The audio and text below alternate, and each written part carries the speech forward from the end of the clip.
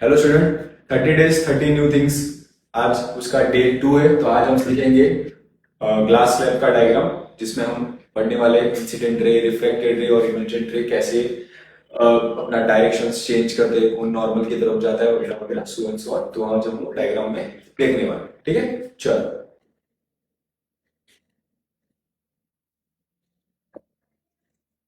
A B C D, ये हमारा क्या था? Last year. यहाँ पे बोलते हैं नॉर्मल है, क्लियर, जिसको हम बोलते हैं एम एन, क्लियर। यहाँ पे एक रे आएगी जिसको हम बोलते हैं इंसिडेंट रे, जो नॉर्मल के साथ में एक एंगल बनाएगी आई, क्लियर। उसको हम नेम दे देते सी और इस पॉइंट को नेम दे देते डी, क्लियर। अब जब कभी भी एक मीडियम से दूसरे मीडियम में जब रे ट्रांसफर होती है, तो अब ये कौन सा मीडियम है? ये हमारा है रेयर मीडियम, जो कि क्या है? एयर। और ये हमारा कौन सा मीडियम है? Denser medium, clear. सो एक मीडियम से दूसरे मीडियम में जब भी लाइट रे ट्रैवल करती है, लेकिन रेयर से डेंसर में जाएगी, तो ये बेंड होगी टुवर्ड्स दी नॉर्मल। और यहाँ पे जो एंगल बनेगा आर, जिसको हम बोलेंगे एंगल ऑफ रिफ्रैक्शन, क्लियर। अब जब डेंसर से रेयर में फिर से जब रे ट्रैवल करेगी, तो वो नॉर्मल से दूर जाएगी, means it's bend away from the normal, clear. So ये कुछ इस प्रकार से यहाँ पर जो नॉर्मल के साथ एंगल बनाएगा, जिसको हम बोलेंगे एंगल ई, यहाँ पे हम बोलते हैं आई डैश बोलते हैं, क्लियर।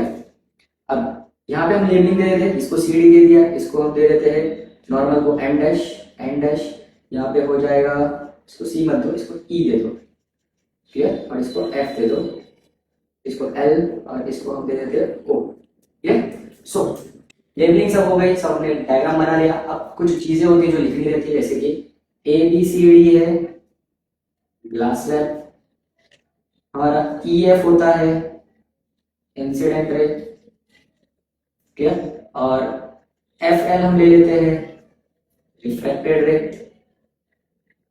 एल ओ ले लेंगे हम इमर्जेंट रे, क्लियर। एंगल आई है, उसको हम बोलते हैं एंगल ऑफ इंसिडेंस।